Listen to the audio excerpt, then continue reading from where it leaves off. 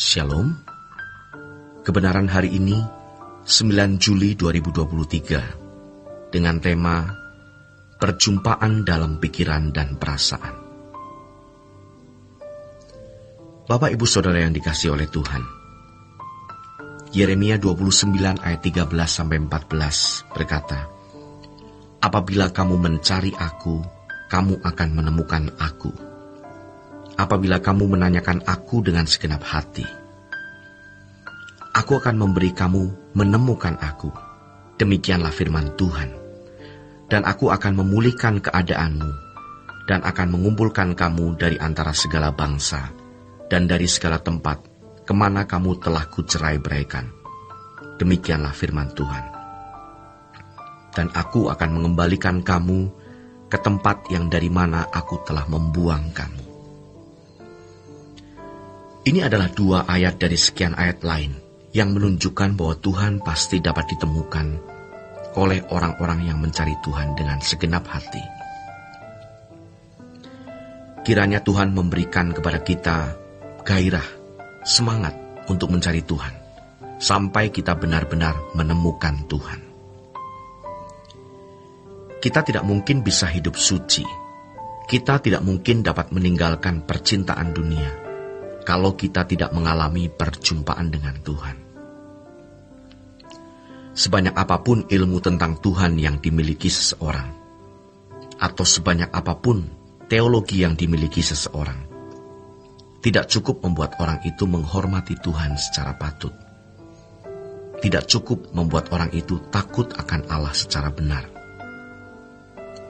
Ini adalah kunci penting dalam hidup kekristenan. Namun sayangnya, hal ini telah ditinggalkan oleh banyak orang. Ditinggalkan oleh para teolog, para pemimpin gereja. Karenanya gereja mengalami degradasi atau kemerosotan selama berabad-abad.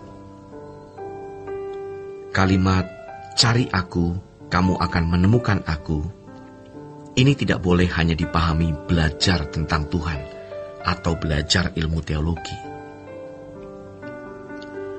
Mencari Tuhan haruslah usaha yang konkret untuk menjumpai Dia, sehingga ada keterlibatan seluruh komponen diri kita, baik tubuh, jiwa, dan roh.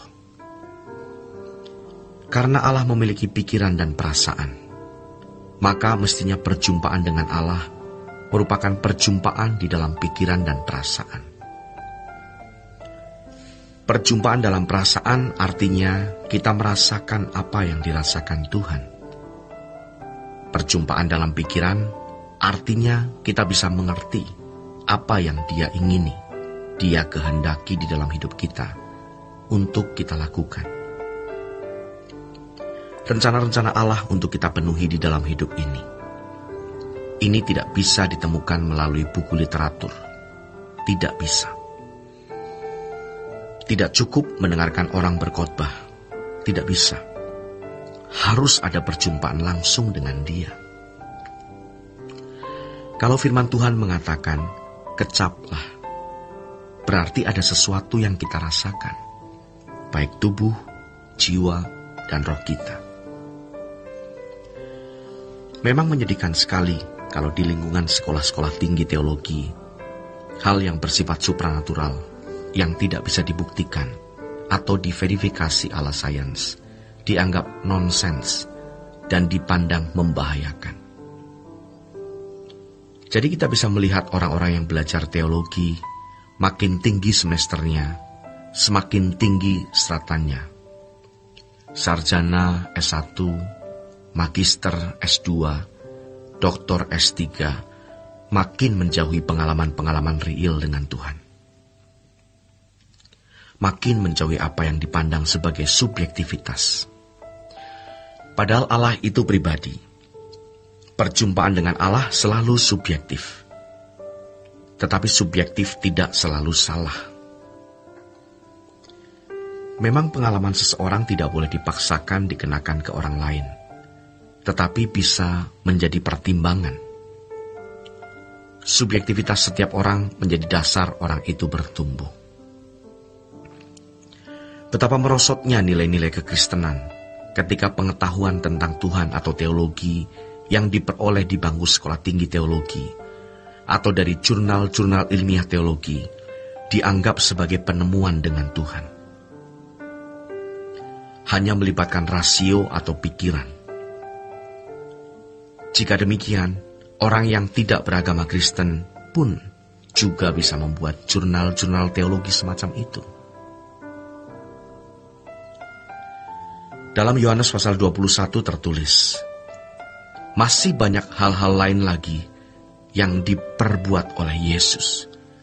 Tetapi jikalau semuanya itu harus dituliskan satu persatu, maka agaknya dunia ini tidak dapat memuat semua kitab yang harus ditulis itu. Apa yang dikatakan Tuhan memiliki banyak dimensi yang bisa tidak terbatas.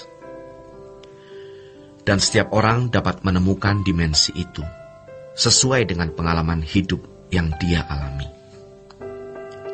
Setiap orang menemukan kekayaan perkataan Tuhan, dan kekayaan firman Tuhan dia alami. Bagaimana kalau 1 miliar orang, 10 miliar orang? Kekayaan firman Tuhan tidak terbatas, dan masing-masing orang punya subjektivitas, di mana subjektivitas tersebut menjadi landasan sekaligus jalur seseorang membangun dirinya. Tetapi perlu diingat, harus ada perjumpaan secara langsung dengan Tuhan. Pengalaman secara langsung bersama dengan Tuhan. Di sini setiap kita dituntut untuk sungguh-sungguh memperlakukan Allah sebagai pribadi yang hidup, yang nyata, dan hadir. Dia pasti memberi dirinya ditemukan oleh orang yang mencari Dia.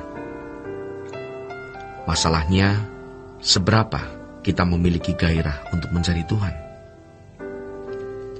Orang yang mencari Tuhan adalah orang yang mau merasakan perasaannya. Dan pasti mereka benar-benar menjaga hidupnya agar jangan sampai melukai Tuhan. Orang yang sungguh-sungguh mencari Tuhan berusaha menemukan apa yang dia rancang, yang direncanakan dalam hidup masing-masing individu untuk dilakukan. Demikianlah renungan pada hari ini. Tuhan Yesus memberkati.